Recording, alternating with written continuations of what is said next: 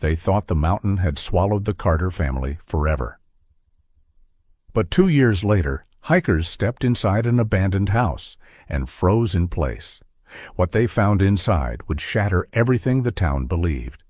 They left at sunrise, the sky still pink over the ridgeline, frost lifting in thin veils from the fields. Mark and Hannah Porter had promised the kids real mountains this time, not just the overlooks off the highway. Their son, Evan, was 11, all elbows and questions. The twins, Lucy and Nora, were 8, braided hair and matching pink jackets because they refused to be told apart in winter. They packed like people who knew what they were doing: thermoses, foil-wrapped sandwiches, a small first aid kit, dry socks, a paper map even though the dashboard said the trail app would work offline. The white Subaru was clean in a way that said the trip was the special occasion they'd been saving toward: fresh windshield wipers, new floor mats, adult optimism. At the last gas stop, Hannah took a photo, the 5 of them in front of the peak, snow crowning it like a bright, harmless hat. She sent it to her sister with a caption: "We finally made it. Back by Monday. Love you." Her sister wrote back a string of hearts and a reminder to text when they lost service. "Will do," Hannah wrote. She meant it. The mountain road narrowed to 1 lane with gravel shoulders. Patches of ice flashed in the shade. They passed one ranger truck headed down, the driver raising a palm in the local greeting that meant be careful without saying it. Mark eased the car into the last turnout before the trailhead lot, which was already full of weekend hikers in bright jackets shouldering packs. He didn't like leaving the car half off the pavement, but the forecast was clear and the ranger sign said, "Okay." 2 hours up to the falls, then back before dark, he said. "Trail's damp. We'll take it slow." They weren't reckless people. They were exactly the sort of family who read the warnings, signed the log at the trail kiosk, and actually wrote their return time. Still, the woods felt different than the photos, taller, closer, the kind of quiet that made you lower your voice without knowing why. The first mile was easy. The twins counted wooden bridges. Evan tried to memorize animal tracks.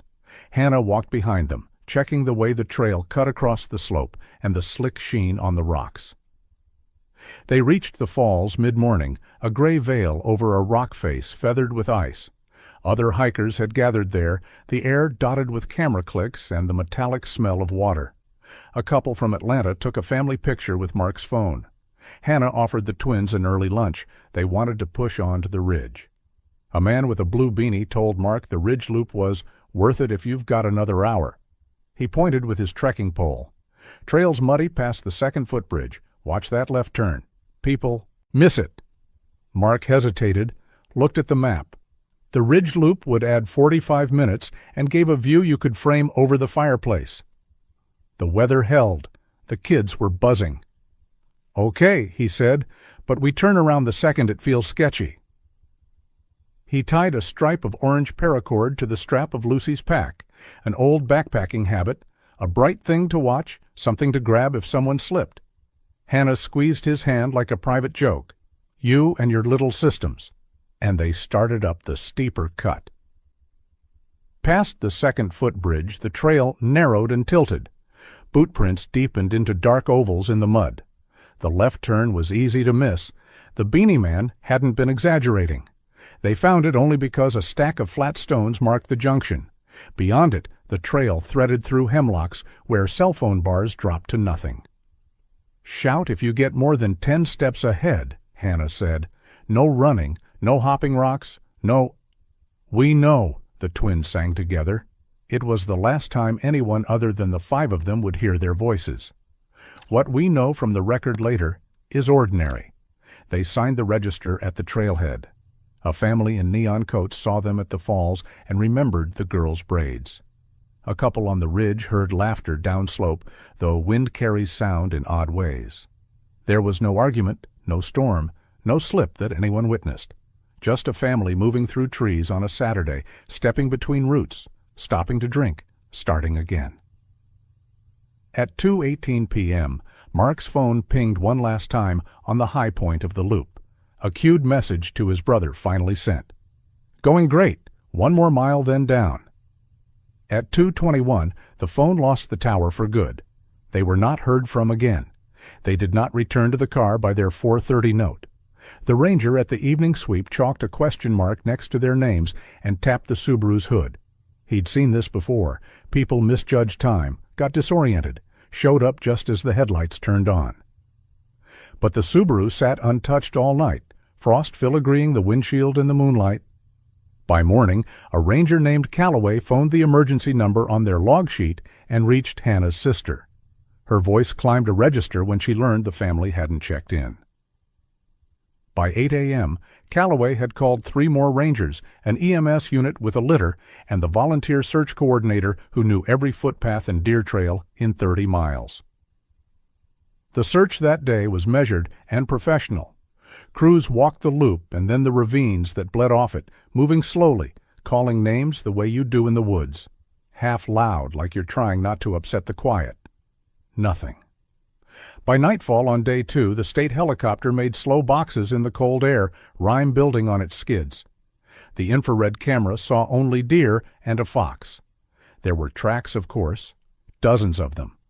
The ridge was muddy and prints interleaved so tightly it was impossible to tell which belonged to whom. The team photographed a small heel shape that matched a child's boot and a deeper imprint nearby that could have been a slip, could have been nothing.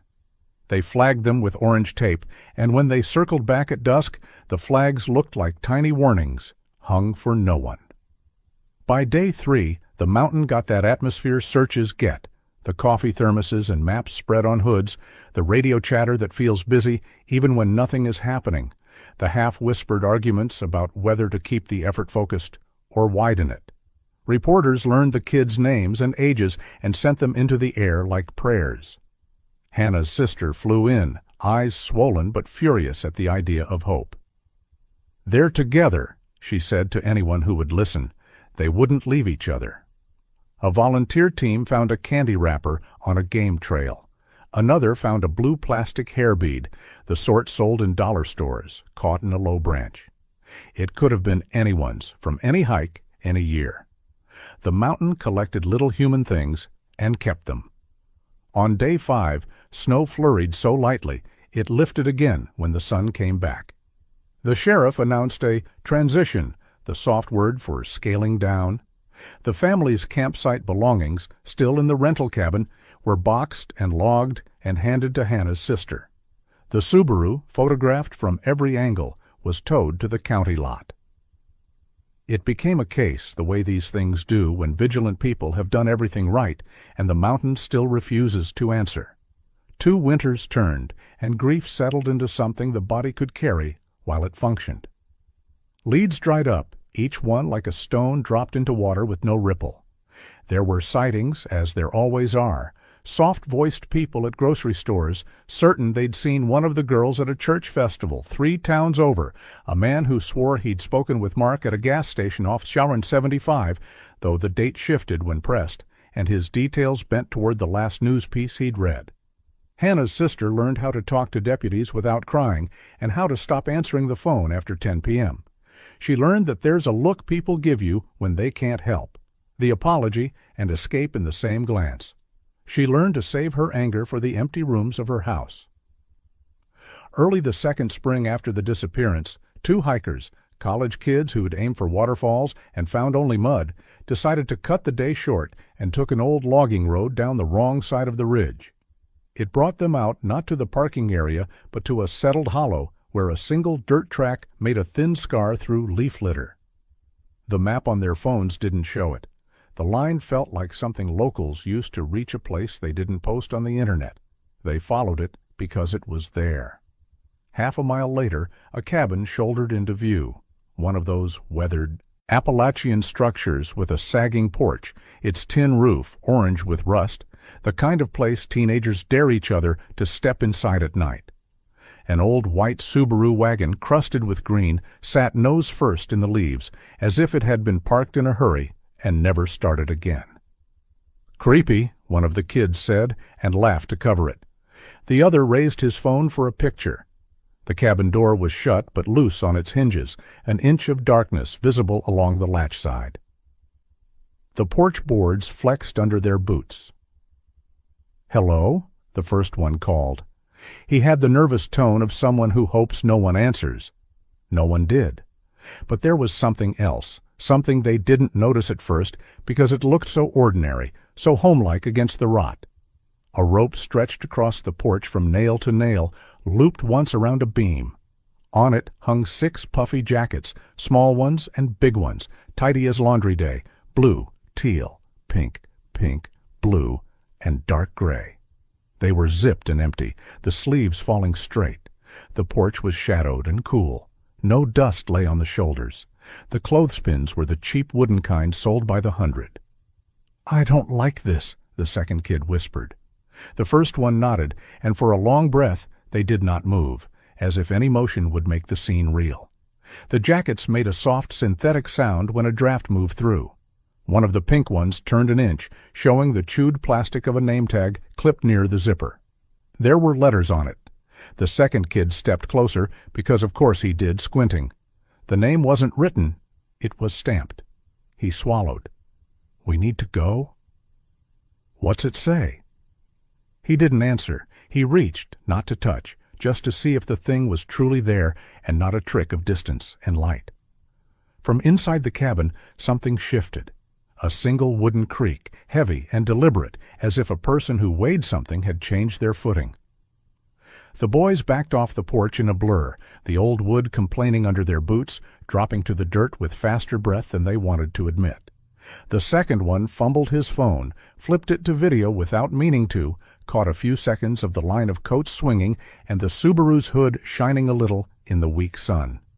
They ran until the trees swallowed the cabin again. They didn't stop to check the map.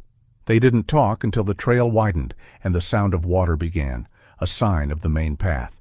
Only then did the second one look back, and later, when he tried to describe it to the ranger, he would fail to find the word for what he felt, that exact mix of wrongness and grief, like walking into a stranger's house and seeing your own family's clothes laid out on their table.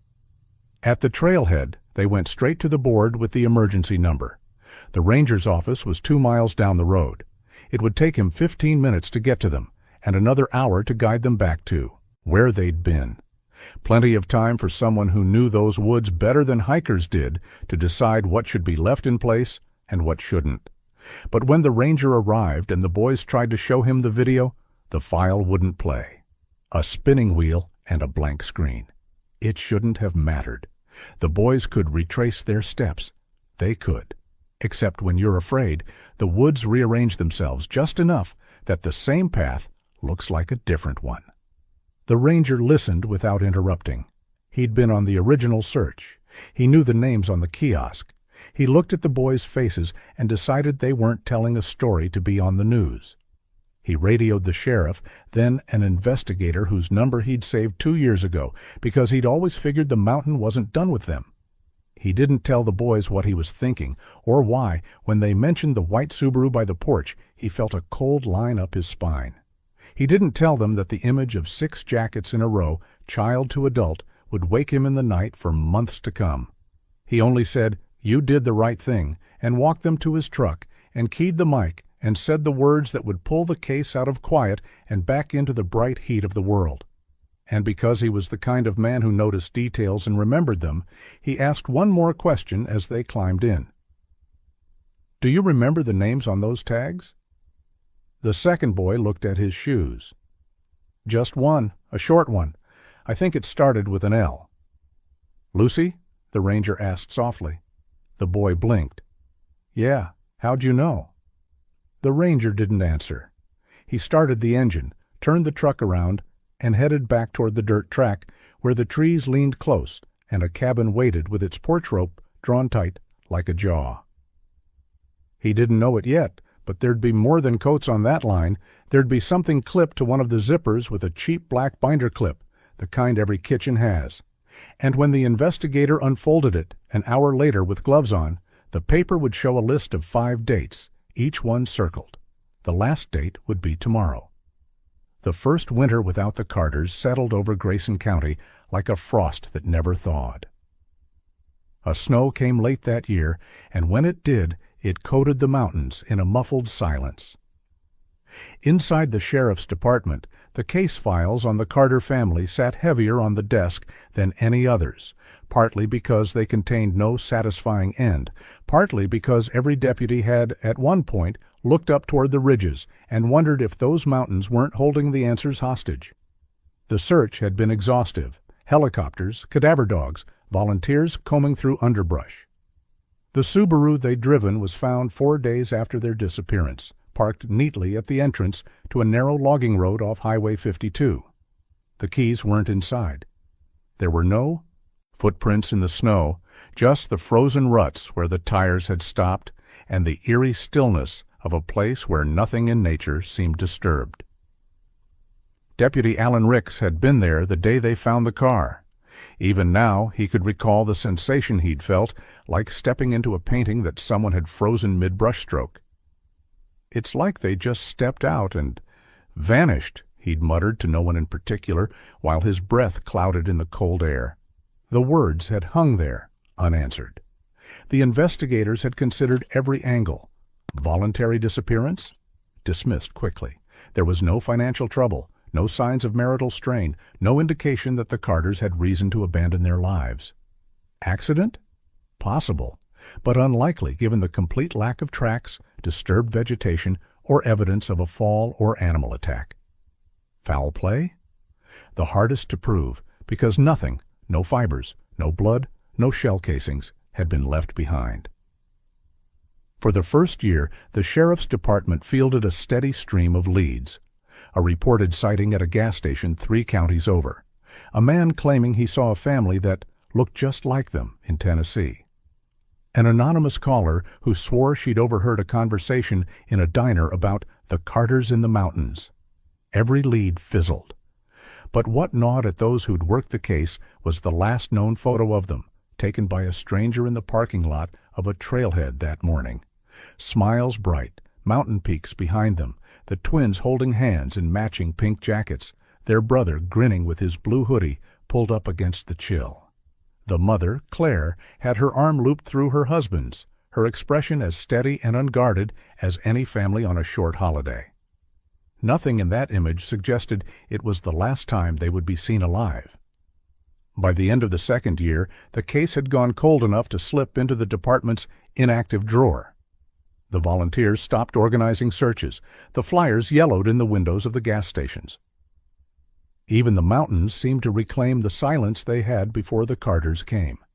And then, in late March, just as the snow began to retreat from the higher trails, 2 hikers took a detour down a forgotten path near the old Coleman Ridge.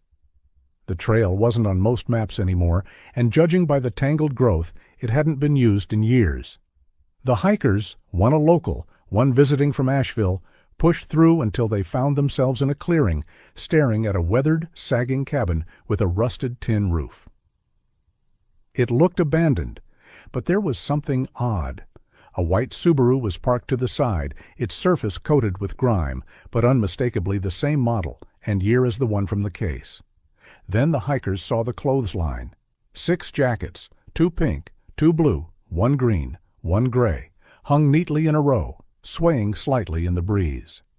Despite the damp air, the jackets looked almost preserved, the colors still vivid.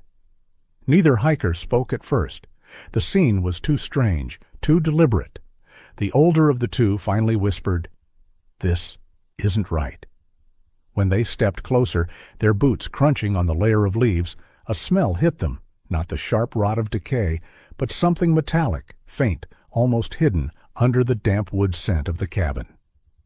The local hiker reached out, touching one of the pink jackets.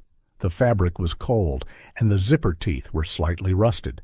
He noticed a name tag sewn inside, faded but legible. Sophie Carter. His stomach dropped.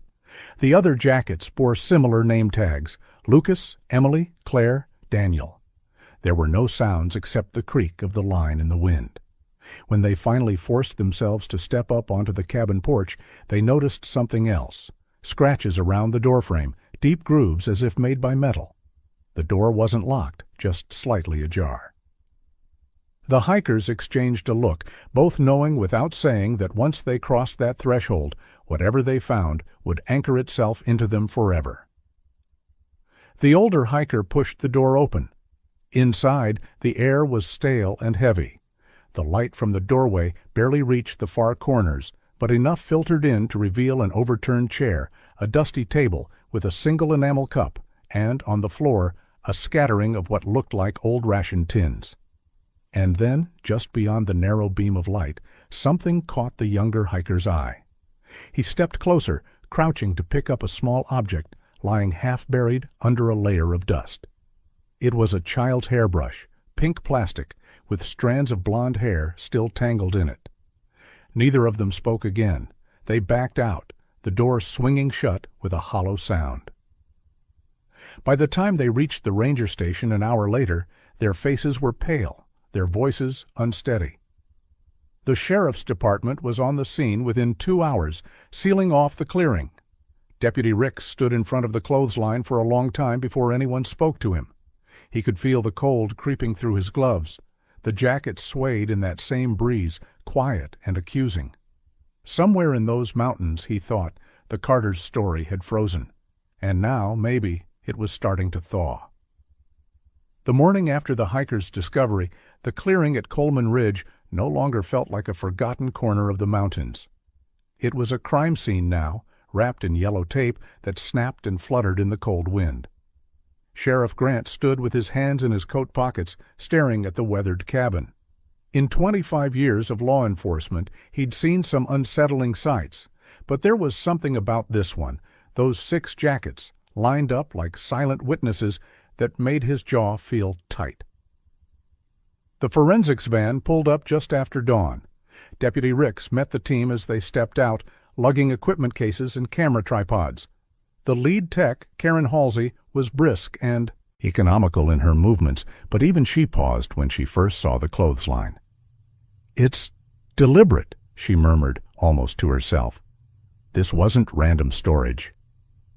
The team started with the jackets. Each was photographed in place before being removed, bagged, and tagged. The fabric was damp but intact. 2 of the blue jackets and 1 of the pink still had faint traces of what appeared to be dirt along the hems, dark, almost clay-like. Karen swabbed the stains before sending them off in separate evidence bags. Inside the cabin, the light was weak, filtering through the warped slats. Dust floated in the air, disturbed by each step. The overturned chair and scattered tins were logged, but what drew attention immediately was the faint but undeniable ring of cleaner wood in the middle of the floor, like something large and heavy had once sat there and had been removed. "Could have been a stove," Rick suggested, crouching to look closer. Karen shook her head. "Maybe, but these scrape marks? They're fresh, less than a year old, if that." The pink hairbrush found by the hikers was now sealed in a plastic evidence bag. Karen examined it under a portable light, noting the blonde hairs. "We'll compare DNA to the family's toothbrushes," she said. The Carters' home had been cleared of personal items early in the investigation, but some items, like hair samples, had been preserved for just this kind of development. In the far corner of the cabin, under a pile of rotting burlap sacks, a deputy found a child's sneaker. Size 2, teal blue, with a worn sole. The laces were missing. Inside the shoe was a small folded scrap of paper, brittle with age. It looked like it had been torn from a larger sheet, the edges jagged. Written on it, in blocky pencil marks, were the words, "Keep quiet, back after dark." The words were unsettling, but Sheriff Grant cautioned everyone. Could be unrelated, could have been sitting here for decades. Still, the note was bagged and tagged. As the day went on, more details emerged. The dust on the shelves was thick, except for one spot, a rectangular void where something had recently been removed. About the size of a shoebox, Karen noted. Taken not long ago, judging by the lack of settled dust. Behind the cabin, a shallow trench was discovered, half filled with fallen leaves. It wasn't deep enough to be a grave, but the soil had been disturbed recently. They sifted through it, finding only a rusted tin cup and a length of frayed rope. No human remains, no signs of a struggle. By late afternoon, the scene was documented and the evidence loaded for transport. Sheriff Grant lingered, standing where the jackets had been. The clothesline, now bare, seemed almost accusatory in its emptiness. Back at the sheriff's office, the first forensic results started to trickle in. The DNA from the hairbrush was a match for Sophie Carter. That, at least, confirmed one thing: the Carters had been here. But the lab also found something unexpected. The clay-like residue on the jackets contained trace amounts of an unusual compound, manganese dioxide, more commonly associated with old mining operations. That detail snagged in Grant's mind. Coleman Ridge wasn't known for active mines, but deep in the county records, there were mentions of small abandoned shafts dating back to the early 1900s. The sheriff ordered a quiet check of old mining maps.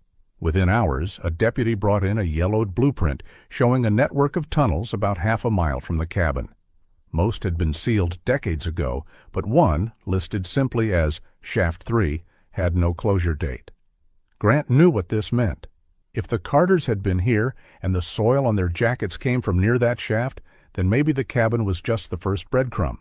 The next might be underground. Before the team could plan a search, an unexpected complication landed in their lap.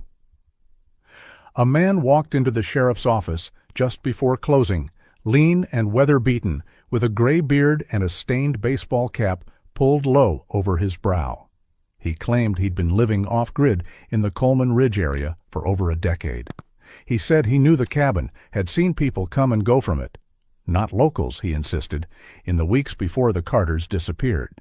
When asked why he hadn't come forward sooner, he shrugged. "Didn't want trouble, but now you all are poking around, and I figure you should know." The man, who gave his name only as Roy, leaned forward and added, "I saw a white SUV parked there that week, and I heard voices, a man and a woman arguing. The man said something about them not making it out. I didn't stick around to see who he was talking about." It was enough to make Sheriff Grant pause.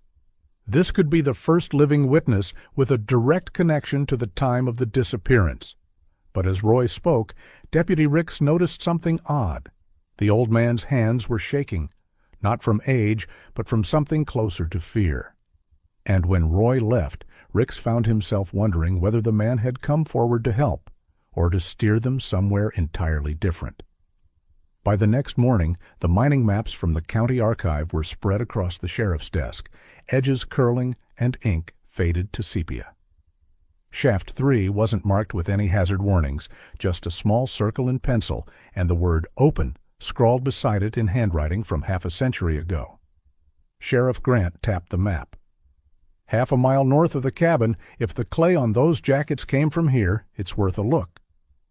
Deputy Ricks frowned. "Those tunnels haven't been touched in decades, could be unstable, or worse. Or it could hold the one thing we've been missing for 2 years. Answers," Grant said.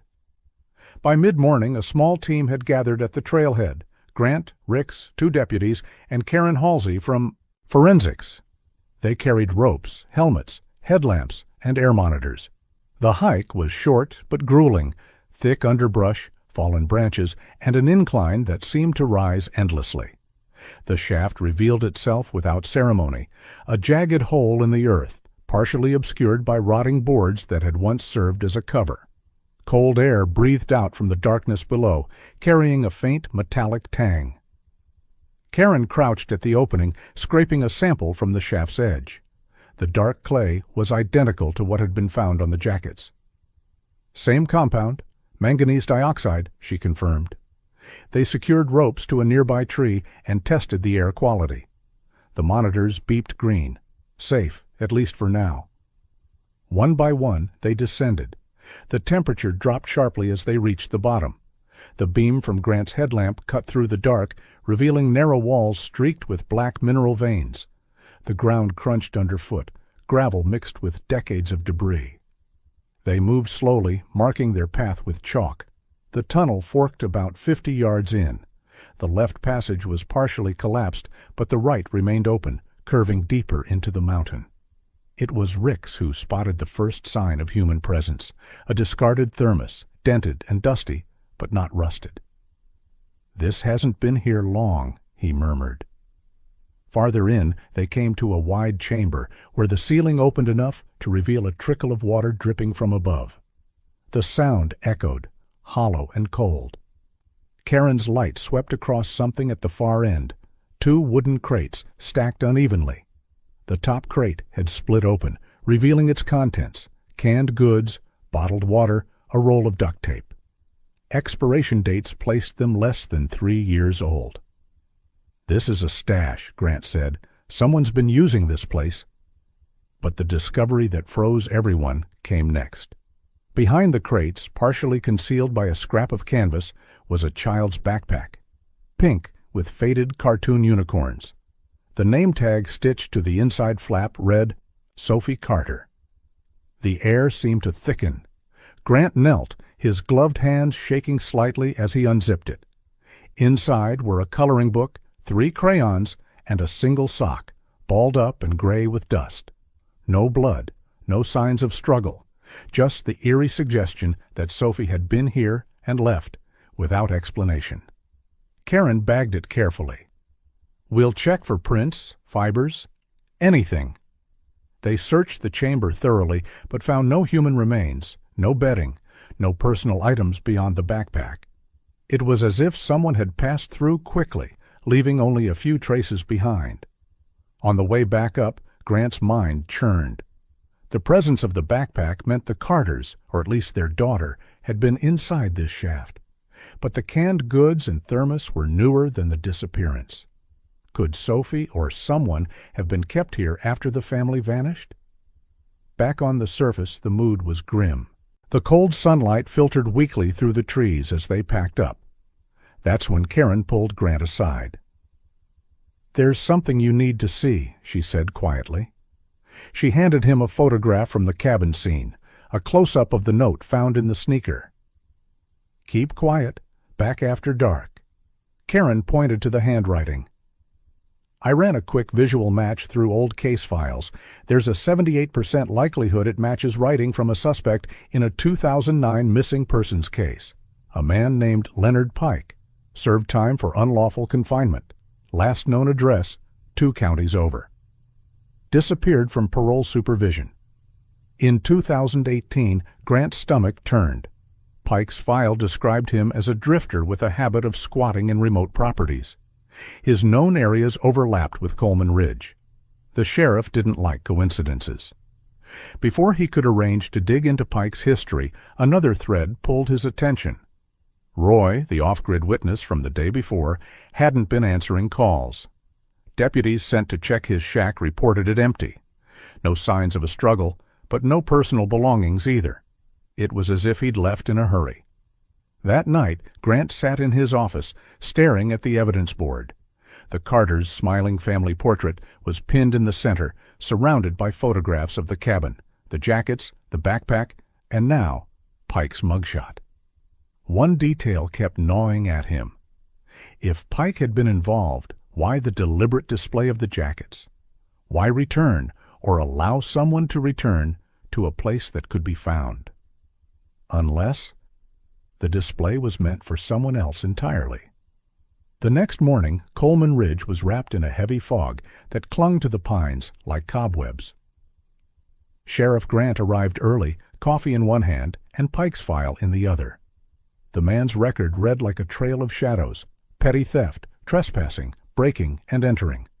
But in 2009, the charges had escalated: unlawful confinement, assault. The victim had been a hiker in her 20s who'd strayed off a marked trail. She'd escaped, but Pike served 5 years. After his release, he stayed quiet, until he didn't. Parole violations in 2016. Dropped off the radar entirely in 2018. Now his name was stitched to the Carters case in black thread. Deputy Ricks came in, flipping open a manila folder. Ran Pike's known hangouts. There's a cluster of missing persons reports within a 50-mile radius over the last 15 years, mostly hikers, backpackers, a couple of hunters. All vanished in remote areas, no signs of robbery or animal attack. Grant frowned. How many? 7. And here's the kicker. 2 of those were families. Both disappeared in early autumn, just like the Carters. Karen Halsey stepped in, holding a plastic evidence sleeve. "We got preliminary lab results on Sophie Carter's backpack. One partial fingerprint. Doesn't match any of the Carters. It's too smudged for a solid ID, but the ridge pattern is consistent with Pike's prints from his 2009 arrest." Grant's jaw tightened. "We've got him in the shaft, then." Karen hesitated. "Maybe, but there's something else. The coloring book inside the backpack. One page had a drawing in crayon, 3 stick figures holding hands. But one figure was drawn in a different color, separated by a wavy line, almost like the artist thought they were apart from the family," Ricks finished. The room fell silent. By noon, Grant had split the investigation. Ricks and Karen would track Pike's known associates, drifters, seasonal workers, anyone who'd shared a roof or campfire with him. Grant and 2 deputies would re-examine the cabin and its surroundings for overlooked signs. The cabin search turned up something they'd missed the first time, a narrow, rusted pipe jutting from the ground about 20 yards from the back wall. Following it, they discovered it was part of an old hand pump well. The pump handle was gone, but the pipe opening had been stuffed with a wad of fabric. Grant pulled it free with gloves. It was a child's T-shirt, wadded tight, smeared with the same manganese clay from the mine shaft. On the inside collar, faded ink spelled N. Carter. Noah, the Carters' youngest. The air turned heavy. If Noah's shirt had been used to plug the pipe, it might have been an attempt to block sound, screams, cries, or to hide something inside the well. They sent the shirt to the lab, then lowered a light into the well. 20 feet down, the beam caught on a shape, rounded, metallic, and partially submerged in stagnant water. A deputy fished it out with a pole hook. It was an old metal lunchbox. Inside, wrapped in wax paper, were several Polaroid photographs. The first showed a mountain clearing at dusk, with a tent barely visible in the shadows. The second was the Carter family, standing, smiling stiffly in front of the cabin, but their eyes told a different story. The third was of Sophie alone, sitting on a log, clutching the pink backpack. Karen studied them in the lab that evening. "These aren't snapshots, they're staged." Grant's stomach twisted. Pike, or someone like him, had been documenting them. Meanwhile, Ricks's search turned up a lead. Pike had worked seasonal jobs at a hunting lodge 2 counties over. The owner remembered Pike bragging about knowing places no one else could find. But it was the lodge's cook, a wiry man named Reggie Tate, who added a disturbing piece. Pike hadn't been alone. For at least 2 seasons, he'd been accompanied by another man. Quiet, heavy-set, with a faded tattoo of a hawk on his left forearm. Reggie didn't know his name, just that he called Pike Lenny, and seemed to follow his lead. Back at the station, Grant pulled up old parole records. No hawk tattoo for Pike, but a 2011 mugshot for a man named Earl Drayton matched the description. Drayton had served time for burglary and unlawful restraint. He'd also been released the same year as Pike. 2 predators traveling together. The more they dug, the more the Carters' disappearance looked less like an isolated case and more like a pattern, a deliberate hunting ground, years in the making. That night, as fog rolled back into Coleman Ridge, Grant received a call from the lab. The shirt from the well contained trace amounts of an uncommon cleaning solvent, used in industrial kitchens, like those in hunting lodges. And then came the part that stopped him cold. The partial fingerprint on Sophie's backpack? It wasn't Pike's, after all. The lab's full analysis had come through. It belonged to Earl Drayton. Grant leaned back in his chair, staring at the evidence board. Pike might have been the ghost they'd been chasing, but the man who touched Sophie's backpack, the man who might have been with her in those final hours, was still out there. And if Drayton was still alive, there was a chance. A sliver of a chance that at least one member of the Carter family was too. Grant didn't sleep that night. The fingerprint confirmation had shifted the ground beneath him, and not in a way that made the case feel closer to resolution. Pike had always been the bogeyman in the Carters' disappearance, the one they could point at and say, "That's the guy." Now Pike's name felt like camouflage. At 6:12 a.m., the phone on his desk buzzed. It was Deputy Ricks, his voice tight. "You need to see this. We got a call from a couple hiking near Bears Hollow. They swore they saw a man with a young girl, maybe 8 or 9, walking the ridgeline. Said the man had a hawk tattoo on his forearm." Grant's pen froze over his notepad. Sophie would be 9 now. By 8 a.m., they were in the air in the department's chopper, skimming the treetops toward Bears Hollow. The area was a web of narrow trails, dense pine stands, and jagged rock faces, a place where you could vanish in 20 steps. They landed in a small clearing where the hikers waited, still shaken. One of them, a retired schoolteacher named Ellen Voss, described what she saw. The girl was thin, pale, wearing a blue sweatshirt that looked 2 sizes too big. She kept glancing back at me like she wanted to say something. But the man, he never let go of her arm. Grant's heart pounded. They swept the area on foot, but every trail seemed to split into 3 more. Then, near a mossy boulder, Karen spotted something, a crumpled candy wrapper. It was a brand no longer sold in local stores, but had been in the Carter's kitchen, according to family photos. It was old, but not 2 years old. That meant Drayton had been here recently. Back at the station, Grant reviewed Drayton's history. He'd grown up 40 miles south, in a town that barely existed on modern maps. His father had worked in timber. His mother had vanished when he was 12. Arrests for theft, assault, breaking, and entering. No wife, no kids. But in his late 20s, he started bouncing between remote jobs, fishing camps, trap lines, hunting lodges, the kind of work where no one checks your ID too closely. A tip from Ricks added a chilling twist. A seasonal supply store owner in the mountain foothills recognized Drayton's mugshot. He comes in every few months, buys canned goods, rope, batteries, always pays cash. Last time was maybe 3 weeks ago. The store sat near an old logging road that wound toward the north slope of Coleman Ridge, and past the abandoned house where the hikers had found the Carter's coats. Grant sent 2 search teams up the logging road, while he and Karen followed a parallel ridge on foot. The forest was eerily quiet, the kind of quiet that made your skin prickle. Halfway up, they found a lean-to shelter, long abandoned but with ashes in the fire pit that still held a faint warmth. And in the dirt, half covered by pine needles, was a child's shoelace, pink with a white stripe. Karen swallowed hard. Sophie's. A shout from the east slope cut through the trees. One of the search teams had found something, a narrow game trail leading to a rocky outcrop. Tucked against the cliff face was a door made from scrap wood and metal sheeting, almost invisible under the brush. Grant's flashlight swept inside. The air was stale, and the interior was cramped. 1 cot, a crate of supplies, a battered lantern. On the wall, scratched into the wood, were dozens of hash marks. Weeks? Months? Years? But what froze them all was a small drawing tacked above the cot. Stick figures, 5 of them, all holding hands. This time there was no wavy line. The smallest figure wore a pink dress, with S written above it. No sign of Sophie or Drayton, but this was the closest they'd been. As they processed the sight, Karen crouched near the cot. "Grant, there's something under here." She pulled out a small metal tin.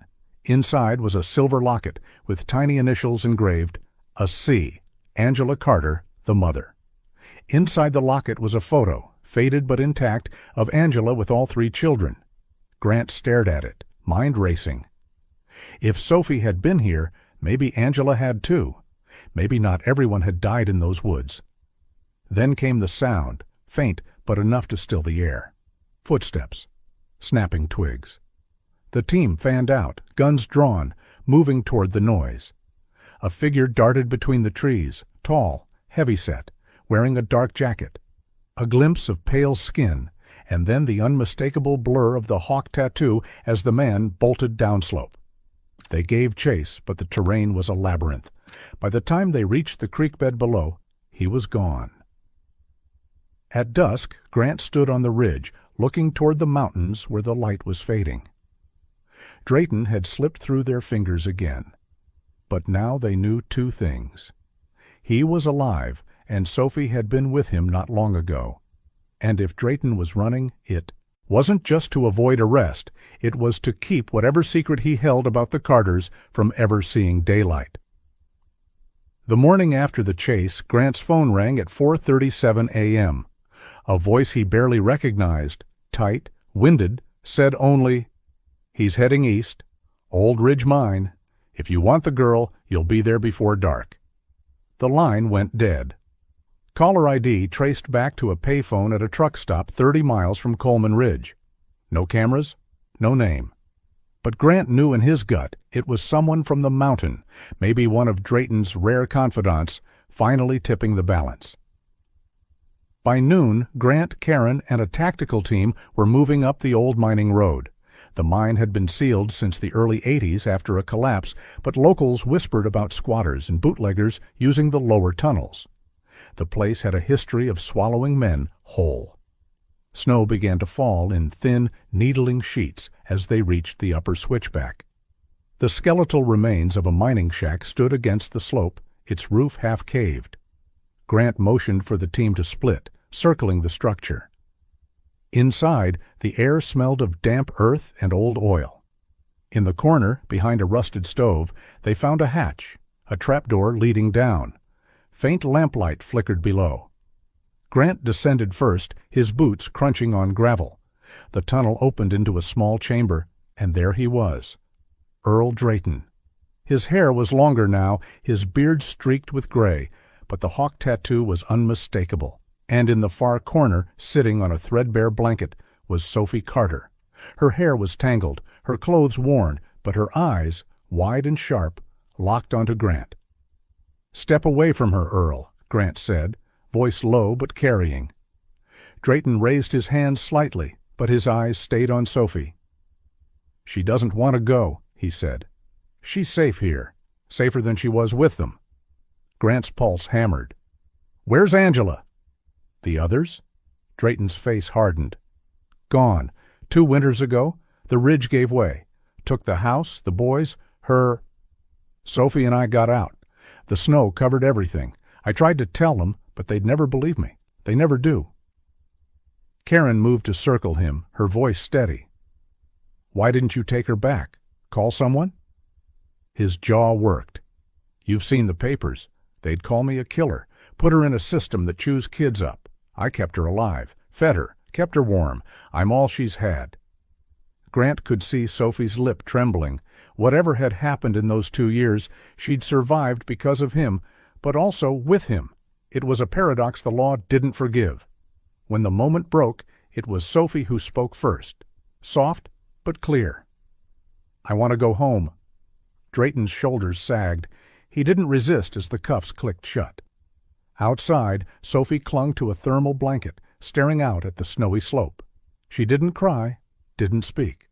But when Grant knelt and asked if she wanted to see her grandfather, the last of her blood family, she nodded once, almost imperceptibly. The recovery teams later confirmed Drayton's account of the avalanche, or close to it.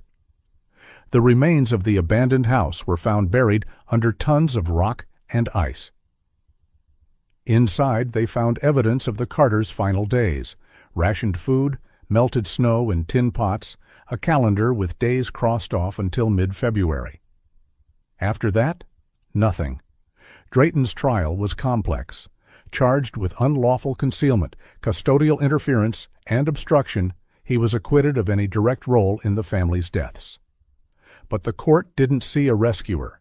They saw a man who decided, unilaterally, that keeping a child hidden was justice. He was sentenced to 12 years. Sophie went to live with her grandfather in Montana. She never returned to Coleman Ridge, but once on the 2nd anniversary of her return, she sent Grant a letter. No details, no questions, just a drawing. 5 stick figures holding hands. This time the smallest figure wore a pink dress, and above it was a single word: home. Grant kept it in his desk, a quiet reminder that in cases like these, resolution wasn't the same as repair, but sometimes it was enough. And that wraps up today's story. Now we want to hear from you. Where are you watching from? Drop your city or country in the comments, and let's see how far these stories reach. If this story moved you or gave you chills, give it a like, share, and subscribe for more powerful stories. One last thing, rate the story from 1 to 10 in the comments. Your feedback helps us bring you even better ones next time. Thanks for watching. We appreciate you being part of this storytelling journey.